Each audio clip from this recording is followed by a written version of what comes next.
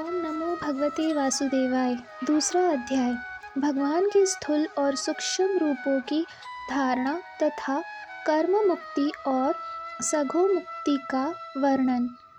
श्री सुखदेव जी कहते हैं, सृष्टि के प्रारंभ में ब्रह्मा जी ने इसी धारणा के द्वारा प्रसन्न हुए भगवान से वह सृष्टि विषयक स्मृति प्राप्त की थी जो पहले प्रलय काल में विलुप्त हो गई थी। इससे उनकी दृष्टि अमोघ और बुद्धि निश्चयात्मिका हो गई। तब उन्होंने इस जगत को वैसे ही रचा जैसे कि यह प्रलय के पहले था।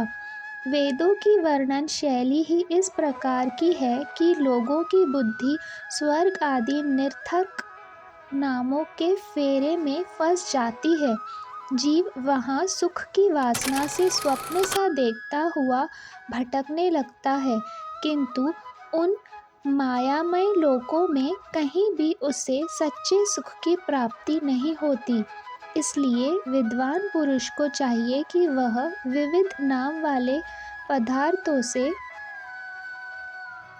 उतना ही व्यवहार करे जितना प्रयोजनीय हो। अपनी बुद्धि को उनकी निस्सारता के निश्चय से परिपूर्ण रखे और एक क्षण के लिए भी असावधान न हो। यदि संसार के पदार्थ प्रारब्धवश बिना परिश्रम के यूं ही मिल जाए, तब उनके उपार्जन का परिश्रम व्यर्थ समझकर उनके लिए कोई प्रयत्न न करे। जब जमीन पर सोने से काम चल सकता है, तब पलंग के लिए प्रयत्न करने से क्या प्रयोजन। जब भुजाएं अपने को भगवान की कृपा से स्वयं ही मिली हुई हैं, तब तकियों की क्या आवश्यकता। जब अंजलि से काम चल सकता है, तब बहुत से बर्तन क्यों बटोरें। वृक्ष की छाल पहनकर या वस्त्रहीन रहकर भी यदि जीवन धारण किया जा सकता है, तो वस्त्रों की क्या आवश्यकता। पहनने को क्या रास्तों में चिथड़े नहीं हैं। भूख लगने पर दूसरों के लिए ही शरीर धारण करने वाले वृक्ष क्या फल फूल की भिक्षा नहीं देते। जल चाहने वालों के लिए नदियाँ क्या बिल्कुल सूख गई हैं। रहने के लिए क्या पहाड़ों की गुफाएं बंद कर दी गई हैं। अरे भाई, सब न सही, क्या भगवान भी अपने शरणागतों की रक्षा नहीं करते। ऐसी स्थिति में बुद्धिमान लोग भी धन के नशे में चूर घमंडी धनियों की चापलूसी क्यों करते हैं। इस प्रकार विरक्त हो जाने पर अपने हृदय में नित्य विराजमान स्वतः सिद्ध आत्मस्वरूप परम प्रियतम परम सत्य जो अनंत भगवान हैं, बड़े प्रेम और आनंद से दृढ़ निश्चय करके उन्हीं का भजन करें, क्योंकि उनके भजन से जन्म मृत्यु के चक्कर में डालने वाले अज्ञान का नाश हो जाता है। पशुओं की बात तो अलग है, परंतु मनुष्यों में भला ऐसा कौन है जो लोगों को इस संसार रूप वैतरणी नदी में गिरकर अपने कर्मजन्य दुखों को भोगते हुए देखकर भी भगवान का मंगलमय चिंतन नहीं करेगा। इन असत विषय भोगों में ही अपने चित्त को भटकने देगा। कोई साधक अपने शरीर के भीतर हृदयाकाश में विराजमान भगवान के प्रादेश मात्र स्वरूप की धारणा करते हैं। वे ऐसा ध्यान करते हैं कि भगवान की चार भुजाओं में शंख चक्र गदा और पद्म है। उनके मुख पर प्रसन्नता झलक रही है। कमल के समान विशाल और कोमल नेत्र हैं। कदम के पुष्प की केसर के समान पीला वस्त्र धारण किए हुए हैं। भुजाओं में श्रेष्ठ रत्नों से जड़े हुए सोने के बाजूबंद शोभ्यमान हैं। सिर पर बड़ा ही सुंदर मुकुट और कानों में कुंडल है, जिनमें जड़े हुए बहुमूल्य रत्न जगमगा रहे हैं। उनके चरण कमल योगेश्वरों के खिले हुए हृदय कमल की कर्णिका पर विराजमान हैं। उनके हृदय पे श्रीवत्स का चिन्ह एक सुनहरी रेखा है। गले में कौतुक मणि लटक रही है। वक्ष स्थल कभी न कुम्हलाने वाली वनमाला से घिरा हुआ है। वे कमर में करधनी, उंगलियों में बहुमूल्य अंगूठी, चरणों में नुपुर और हाथों में कंगन आदि आभूषण धारण किए हुए हैं। उनके बालों की लटें बहुत चिकनी, निर्मल, घुंघराली और नीली हैं। उनका मुख कमल मंद मंद मुस्काने से खिल रहा है। लीलापूर्ण उन्मुक्त हास्य और चितवन से शोभ्यमान बाहों के द्वारा वे भक्तजनों पर अनंत अनुग्रह की वर्षा कर रहे हैं। जब तक मन इस धारणा के द्वारा स्थिर भी न हो जाए, तब तक बार बार इन चिंतन स्वरूप भगवान को देखते रहने की चेष्टा करनी चाहिए। भगवान के चरण कमलों से लेकर उनके मुस्कान युक्त मुख कमल पर्यंत समस्त अंगों की एक एक करके बुद्धि के द्वारा धारणा करनी चाहिए। जैसे जैसे बुद्धि शुद्ध होती जाएगी, वैसे वैसे चित्त स्थिर हो जाएगा। जब तक अंग का ध्यान ठीक ठीक होने लगे, तब उसे छोड़कर दूसरे अंग का ध्यान करना चाहिए। ये विश्वेश्वर भगवान दृश्य नहीं, दृष्टा है। सुगुण निर्गुण सब कुछ इन्हीं का स्वरूप है। जब तक इनमें अनन्य प्रेममय भक्ति योग न हो जाए, तब तक साधक को नित्य नैमित्तिक कर्मों के बाद एकाग्रता से भगवान के उपयुक्त स्थूल रूप की ही चिंतन करनी चाहिए। परीक्षित, जब योगी पुरुष इस मनुष्य लोकों को छोड़ना चाहे, तब देश और काल में मन को न लगाएं। सुखपूर्वक स्थिर आसन से बैठकर प्राणों को जीतकर मन से इंद्रियों का संयम करे। तदनंतर अपनी निर्मल बुद्धि से मन को नियमित करके मन के साथ बुद्धि को क्षेत्रज्ञ में और क्षेत्रज्ञ को अंतरात्मा में लीन कर दें। फिर अंतरात्मा को परमात्मा में लीन करके धीर पुरुष उस परम शांतमय अवस्था में स्थित हो जाएं। फिर उसके लिए कोई कर्तव्य शेष नहीं रहता। इस अवस्था में सत्व गुण भी नहीं है। फिर रजोगुण और तमोगुण की तो बात ही क्या है। अहंकार, महत्व और प्रकृति का भी वहाँ अस्तित्व नहीं है। उस स्थिति में जब देवताओं के नियामक काल की भी दाल नहीं गलती, तब देवता और उनके अधीन रहने वाले प्राणी तो रह ही कैसे सकते हैं। योगी लोग यह नहीं इस प्रकार परमात्मा से भिन्न भिन्न पदार्थों का त्याग करना चाहते हैं और शरीर तथा उसके संबंधी पदार्थों में आत्मबुद्धि का त्याग करके हृदय के द्वारा पद पद पर भगवान के जिस परम पूज्य स्वरूप का आलिंगन करते हुए अनन्य प्रेम से परिपूर्ण रहते हैं, वही भगवान विष्णु का परम पद है। इस विषय में समस्त शास्त्रों की सम्मति है। ज्ञान दृष्टि के बल से जिसके चित्त की वासना नष्ट हो गई है, उस ब्रह्मनिष्ठ योगी को इस प्रकार अपने शरीर का त्याग करना चाहिए।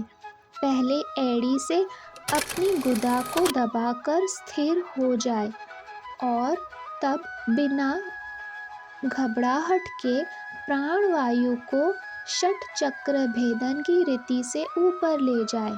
मनस्वी योगी को चाहिए कि नाभि चक्र मणिपुर में स्थित वायु को हृदय चक्र अनाहत में वहाँ से उदान वायु के द्वारा वक्ष स्थल के ऊपर विशुद्ध चक्र में, फिर उस वायु को धीरे धीरे तालु मूल में विशुद्ध चक्र के अग्रभाग में चढ़ा दे। तदनंतर 2 आँख, 2 कान, 2 नसा छिद्र और मुख, इन 7 छिद्रों को रोककर उस तालु मूल में स्थित वायु को बाहों के बीच आज्ञा चक्र में ले जाए। यदि किसी लोक में जाने की इच्छा न हो, तो आधी घड़ी तक उस वायु को वहीं रोककर स्थिर लक्ष्य के साथ उस सहस्त्रार में ले जाकर परमात्मा में स्थित हो जाए। इसके बाद ब्रह्मानंद का भेदन करके शरीर इंद्रियादि को छोड़ दे। परीक्षित, यदि योगी की इच्छा हो कि मैं ब्रह्मलोक में जाऊं, आठों सिद्धियां प्राप्त करके आकाशचारी सिद्धों के साथ विहार करूं अथवा त्रिगुणमय ब्रह्मांड के किसी भी प्रदेश में विचरण करूं, तो उससे मन और इंद्रियों को साथ ही लेकर शरीर से निकलना चाहिए। योगियों को शरीर वायु की भांति सूक्ष्म होती है। उपासना, तपस्या, योग और ज्ञान का सेवन करने वाले योगियों को त्रिलोकी के बाहर और भीतर सर्वत्र स्वच्छंद रूप से विचरण करने का अधिकार होता है। केवल कर्मों के द्वारा इस प्रकार बेरोक टोक विचारना नहीं हो सकता। परीक्षित, योगी ज्योतिर्मय मार्ग सुषुम्ना के द्वारा जब ब्रह्मलोक के लिए प्रस्थान करते हैं, तब पहले वे आकाश मार्ग से अग्निलोक में जाते हैं। वहां उसके बचे खुचे मल ही जल जाते हैं। इसके बाद वह वहां से ऊपर भगवान श्री हरि के शिशुमार नामक ज्योतिर्मय चक्र पर पहुंचता है। भगवान विष्णु का यह शिशुमार चक्र विश्व ब्रह्मांड के भ्रमण का केंद्र है। उसका अतिक्रमण करके अत्यंत सूक्ष्म एवं निर्मल शरीर से वह अकेला ही महरलोक पे जाता है। वह लोक ब्रह्मावेत्तों के द्वारा भी वंदित है और उसमें कल्प पर्यंत जीवित रहने वाले देवता विहार करते रहते हैं। फिर जब प्रलय का समय आता है, तब नीचे के लोकों को शेष के मुख से निकली हुई आग के द्वारा भस्म होते देख वह ब्रह्मलोक में चला जाता है। जिस ब्रह्मलोक में बड़े बड़े सिद्धेश्वर विमानों पर निवास करते हैं, उस ब्रह्मलोक की आयु ब्रह्मा की आयु के समान ही दो पदार्थ की है। वहाँ न शोक है, न दुख, न बुढ़ापा है, न मृत्यु। फिर वहाँ किसी प्रकार का उद्वेग या भय तो हो ही कैसे सकता है। वहाँ यदि दुख है तो केवल एक बात का, वह यही कि इस परम पद को न जानने वाला लोगों के जन्म मृत्युमय अत्यंत घोर संकटों को देखकर दयावश वहाँ के लोगों के मन में बड़ी व्यथा होती है। सत्यलोक में पहुँचने के पश्चात वह योगी निर्भय होकर अपने सूक्ष्म शरीर को पृथ्वी से मिला देता है और फिर उतावली न करते हुए 7 आवरणों का भेदन करता है। पृथ्वी रूप से जल को और जल रूप से अग्निमय आवरणों को प्राप्त होकर वह ज्योति रूप से वायु रूप आवरण में आ जाता है और वहां से समय पर ब्रह्मा की अनंतता का बोध कराने वाले आकाश रूप आवरणों को प्राप्त करता है। इस प्रकार स्थूल आवरणों को पार करते समय उसकी इंद्रियां भी अपने सूक्ष्म अधिष्ठान में लीन होती जाती है। घ्राण इंद्रियां गंधत मात्र में, रसना रसत मात्र में, नेत्र रूपत मात्र में, त्वचा स्पर्श मात्र में, श्रोत्र शब्द मात्र में और कर्मेंद्रियां अपनी अपनी क्रिया शक्ति मिलकर अपने अपने सूक्ष्म स्वरूप को प्राप्त हो जाती हैं। इस प्रकार योगी पंचभूति के स्थूल सूक्ष्म आवरणों को पार करके अहंकार में प्रवेश करता है। वहाँ सूक्ष्म भूतों को तामस अहंकार में, इंद्रियों को राजस अहंकार में तथा मन और इंद्रियों को अधिष्ठा देवताओं के सात्विक अहंकार में लीन कर देता है। इसके बाद अहंकार के सहित लय रूप गति के द्वारा महत्व में प्रवेश करके अंत में समस्त गुणों के लय स्थान प्रकृति रूप आवरण में जा मिलता है। परीक्षित, महाप्रलय के समय प्रकृति रूप आवरण का भी लय हो जाने पर वह योगी स्वयं आनंद स्वरूप होकर अपने उस निवारण रूप से आनंद स्वरूप शांत परमात्मा को प्राप्त हो जाता है, जिसे इस भगवानमयी गति के प्राप्ति हो जाती है, उसे फिर इस संसार में नहीं आना पड़ता। परीक्षित, तुमने जो पूछा था उसके उत्तर में मैंने वेदोक्त द्विविधि सनातन मार्ग, सुखो मुक्ति और कर्म मुक्ति का तुमसे वर्णन किया है। पहले ब्रह्मा जी ने भगवान वासुदेव की आराधना करके उनसे जब प्रश्न किया था, तब उन्होंने उत्तर में इन्हीं दोनों मार्गों की बात ब्रह्मा जी से कही थी। संसार चक्र में पड़े हुए मनुष्य के लिए जिस साधन के द्वारा उसे भगवान श्री कृष्ण की अनन्य प्रेममयी भक्ति प्राप्त हो जाए, उसके अतिरिक्त और कोई भी कल्याणकारी मार्ग नहीं है। भगवान ब्रह्मा ने एकाग्र चित्त से सारे वेदों का 3 बार अनुशीलन करके अपनी बुद्धि से यही निश्चय किया कि जिससे सर्वात्मा भगवान श्री कृष्ण के प्रति अनन्य प्रेम प्राप्त हो, वही सर्वश्रेष्ठ धर्म है। समस्त चर अचर प्राणियों में उनके आत्म रूप से भगवान श्री कृष्ण ही लक्षित होते हैं, क्योंकि ये बुद्धि आदि दृश्य पदार्थ उनका अनुमान करने वाले लक्षण हैं। वे इन सबके साक्षी एकमात्र दृष्टा हैं। परीक्षित, इसलिए मनुष्य को चाहिए कि सब समय और सभी स्थितियों में अपनी संपूर्ण शक्ति से भगवान श्री हरि का श्रवण, कीर्तन और स्मरण करें।